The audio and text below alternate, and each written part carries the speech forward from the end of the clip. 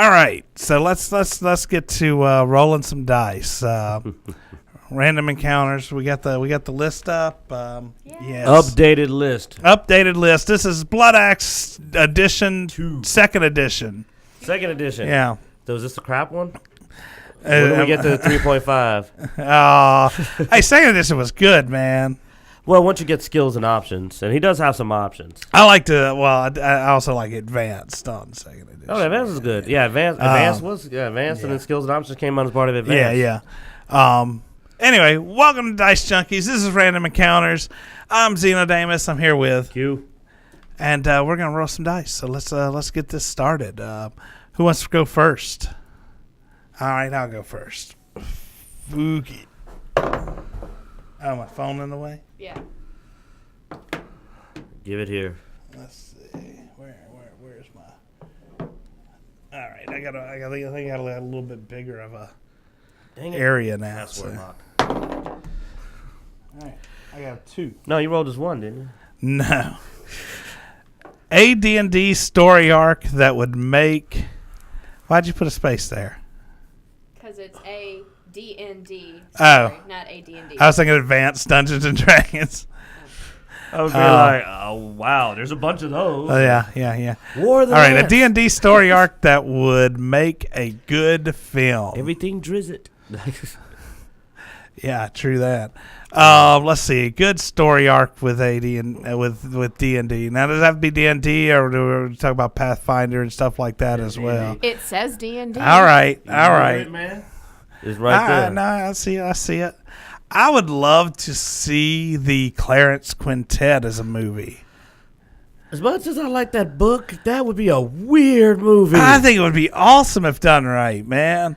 Yeah, I guess if done right, but whoo, that would be a mofo. You could do several movies. You'd have to break it up into several movies. I mean, I don't know. I almost really like the Curse of the Azure Bonds and Pool of Radiance part of the Forgotten Realms series. Mm-hmm. You know, because that was Pool of Radiance and Curse of Azure Bonds, and there was like 2 more books involved in Zentarum and all that. I don't know. Clarence Quintet was one of my favorite of the. It made for the hardcore fans, but some people be looking at this going like, what the hell am I? Dude, it involves stuff that didn't exist in D&D at the time, psionics, and I think there was age, going old, going young, going old. Well, what do you think? Dude, Ravenloft all the way. Ravenloft would make an awesome fantasy horror series. You could have different episodes based on the domain lords. Each one of them is a very distinct personality. I believe it would make a great fantasy horror series, especially if you get a good actor to do Strahd and Zaylan, and what were the names of the were-rats? They were freaking awesome, man. There was some amazing Dark Lords in that setting. It was a fantasy horror setting for D&D, and it would make a great series, not a movie, but a series. Type in there that we have a steady bit rate, so it's probably on his side. So, like, I think Ravenloft would catch it because people kind of into that now. People kind of like horror, but they also like the deep characters. There'd be something for everybody. And, Mordecai, God. The Frankenstein monster, but it didn't call. I think it was Mordenheim's. I don't know how big you were in a Ravenloft, but just trust me. I go Ravenloft all the way. Oh, no, I enjoyed Ravenloft. I didn't read much of the Ravenloft books. I just read most of the setting. The setting was really good. Oh, yeah, the Vecna story goes into freaking Sigil. Dude, that'd be like that's a season finale. Oh. Now, you're all right. You know what would make it? I just thought, I was like, you know what would be the awesome movie if they take the Planescape game? The original Torment Planescape. Oh, take these Torment and turn game? Torment Planescape into a movie. Then a game can be made that doesn't suck. Yeah, they can do a good version of it. Yeah. Sorry, Numera, but not get rid of Numera. Yeah, fucking Numera. You tried. He tried. He did. tried to play it. He really did. I saw him. He was so excited, and it just got more depressed every time I came over and said, "So how's it going?" He was just like, "It's not getting any better, man." But yeah, Torment Planescape, man, that would be awesome. All right, that's the win. Official vote change. Torment Planescape. Man, the Lady of Pain, dude.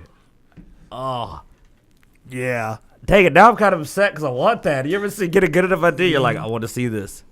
I mean, the only bad thing about that is you end up getting stuck with one story. And one of the good things about Torment was the fact that you could play through it multiple times and have different storylines. I mean, who says you can't have each season be a different story, man? That could be an interesting thing. Be like, now let's show you what happened this way. That would be wild. Yeah, I guess you could have multiple movies and do it as a. I mean, anime does it with no regrets. Yeah, like, true. There's GT, Heroes, Super. Like, man, if you go by anime standards, they don't give a flip. Pull up Dice Cam. I got this. Do you have it? It's up. Roll. Say it sexy. Do you have this? I got this. Oh, she got that. Now I believe her. 17. Favorite monster, skill, or ability? Or is that and ability? I'm gonna go. For just the pure horror that to this day is still one of the most terrifying abilities. Is I'm gonna go back to our boys D&D with their I think their unique monster because I think they copyrighted it. The Mind Flayer. The brain extract of the Mind Flayer is still legendary. Like whenever someone sees a Mind Flayer, people freak out, especially when it stuns them because they think it's going to suck their brain out of their freaking head. For old D&D players, you will always be terrified as them tentacles start latching onto your head of that. I remember one novel even played with it. They had the Mind Flayer put his tentacles on the guy's head, saying, no, I'm just going to read your mind. And the whole time, I felt palpable dread for this guy, thinking like, is it going to suck his brain out? So it's an ability that D&D players, it's infamous. And it's one that's very specific to the D&D Mind Flayer character. That immediately, when people see Mind Flayers, their first fear is, am I going to get stunned? Is it going to eat my brain? All right. If I roll this, we're going to have to talk about mummies. Which mummies? The D&D mummies. They were scary, man. Yeah. The paralyzation, yeah. Yeah, not fifth ed. Fifth ed wussed them out. Oh, really? Yeah, they still suck in fifth ed, but it's... I took out a whole room full of people with a summoned mummy because it paralyzed all of them. Yeah. It was tragically terrifying. Yeah. You gonna roll and guess? Let's get Michelle to give us a roll. Them hands. Ow! That was loud. Jesus Christ! Well, You've got to be gentle. Okay. All right, Michelle. I can't wait to see. Film, TV, or video game? What can't you wait to see? What can't you wait to see? What do you want to see? Game of Thrones. The last season of Game of Thrones. Yes. I'm really excited. I've waited for so long. I was a Game of Thrones fan. I enjoyed Game of Thrones, but now it's just like it's almost like it's burnt me out.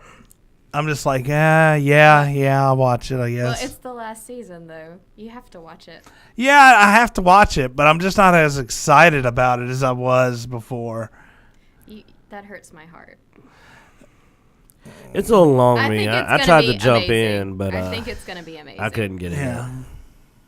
I mean, like I said, I still look forward to it. I want to watch it. I'm just my level of how much I'm anticipating it just keeps lowering the longer it takes. What was the last season that you watched? Oh, I'm current. Oh, maybe I guess because it was like a year and a half or 2 years between the last season. Yeah. I can.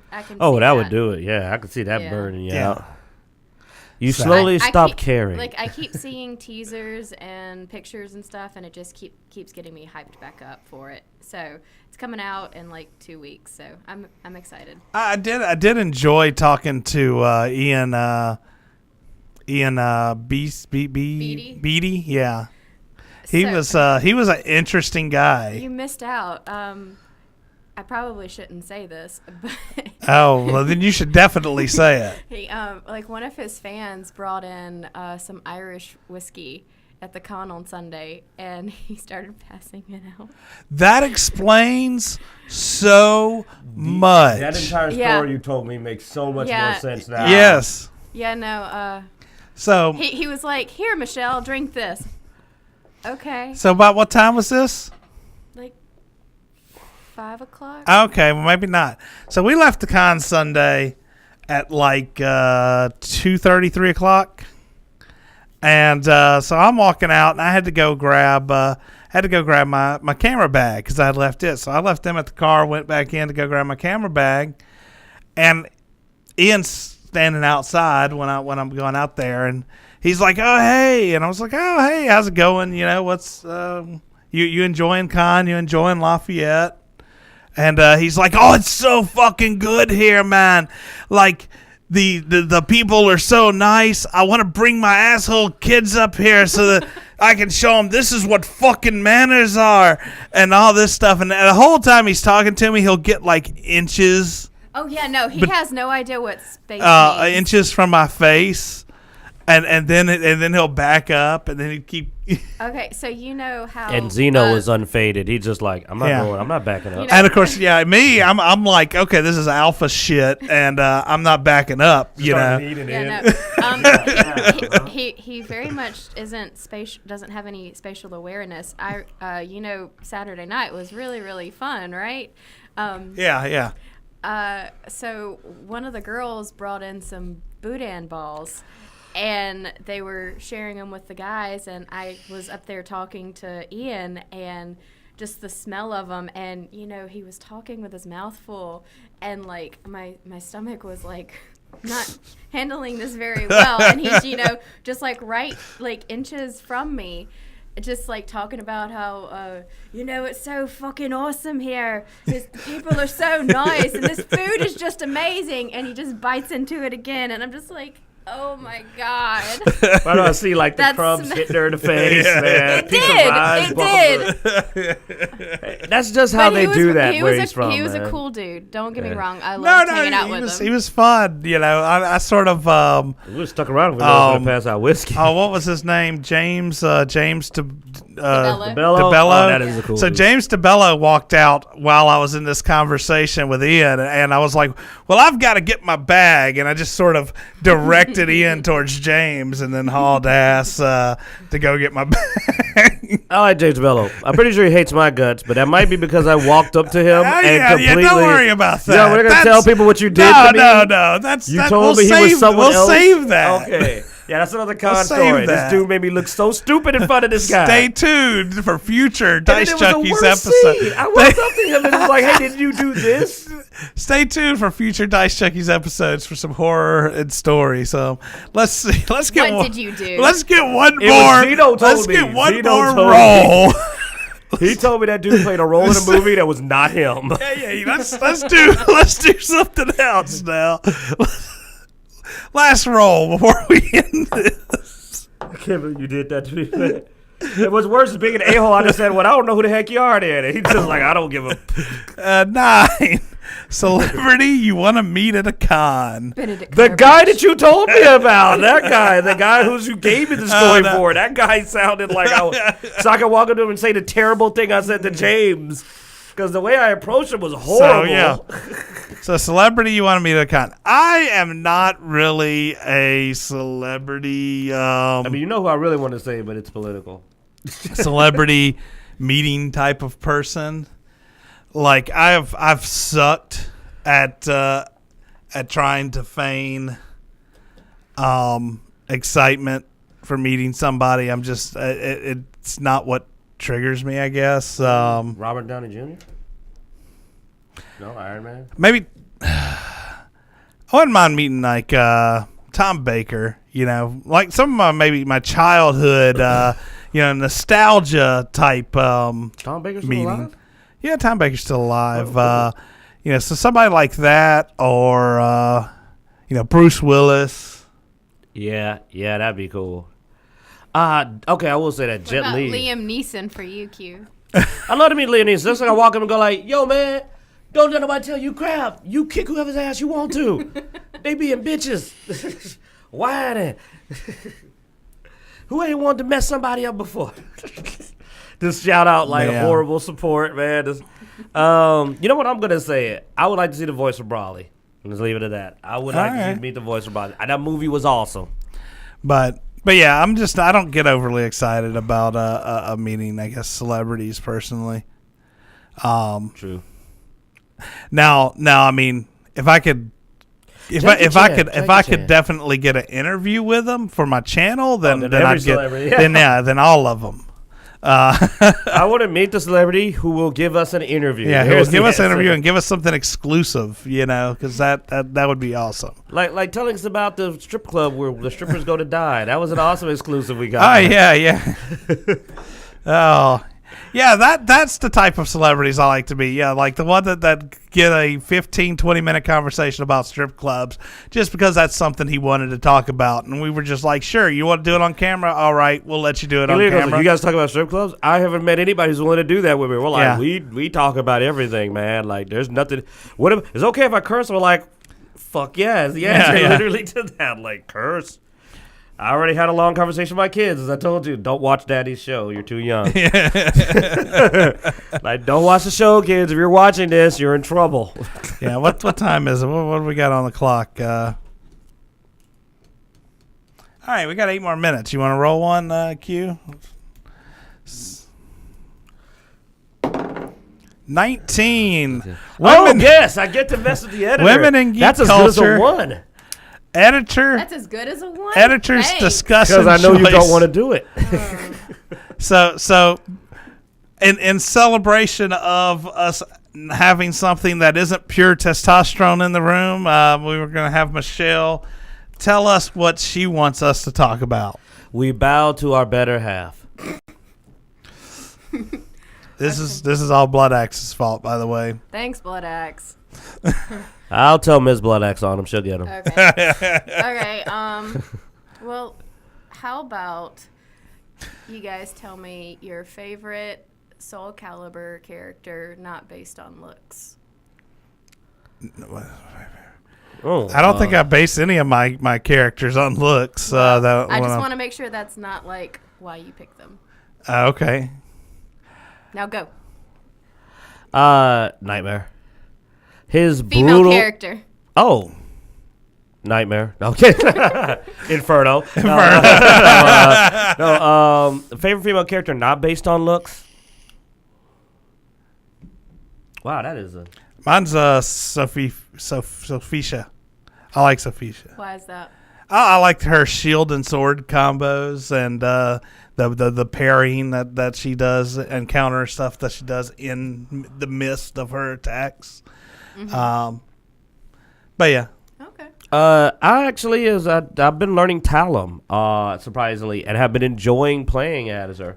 You see me playing Talum. Yeah. And she's pretty fun. She's got an awesome tonfa. I do like that. Yeah. She's got some interesting moves. And that counter move, that wind counter is just vicious. Yes. But I love when she just beats the ever-living hell out. She starts rolling the tonfas. Well, no, if you can get her into a rhythm, it gets just so nasty. She can start doing those juggles to where you just never even hit the ground. But when you get that wind counter, it stops the fight for a moment because they're just like, damn, that's how hard it hits. It's like now, of course, we got a new one, so that may change. Amy's going to be joining the roster soon. Yeah, 26th, I think. Yeah, Tuesday. So, we'll see. But I really am hoping they're going to bring back the, I forgot her name, but the lady who had the umbrella with the Aiajitsu, to use that sword and an umbrella. I don't know if she's coming back, but I'm hoping to see it. Everybody keeps saying they think she's coming back because the mage guy, Aswell. Mm-hmm. Aswell, umbrella is one of his weapons when he summons all the weapons. Yeah, he has an umbrella as one of his weapons, and thus people are hoping that that's implying that, she'll be coming back. Because I love Aiajitsu. I've always thought geishas are cool. I mean, Kokoro and DOA, and just the idea of a hidden sword and an umbrella, it's kind of freaking awesome. Yeah. It's pretty cool. All right, guys. Well, look, I guess we're gonna roll things up here. With that, we hope you enjoyed this episode of Random Encounters. If you have any ideas for us to add to the list, let us know. We definitely have to thank Mr. Bloodaxe. He's our moderator in the Twitch chat room. And he comes up with a lot of these lists for us because he's awesome like that. So big thanks to Mr. Bloodaxe. And I guess other than that, Throw in more stuff to like torment our editor with, Bloodaxe. Yeah, Good job, yeah. man. All right. You don't have to do that. Be sure to check us out on Facebook, Instagram, Twitter, Twitch, and you can support us on Patreon.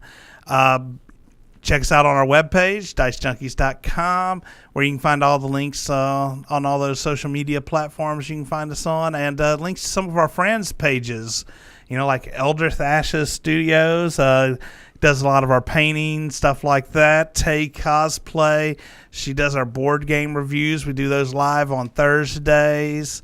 And then we do the reviews, and she's helping us with that along with Eldrick Ashes. So check out all that cool stuff, and just stay tuned to our YouTube channel as we post videos up throughout the week. Thank you. Have a good one. Hope you enjoy.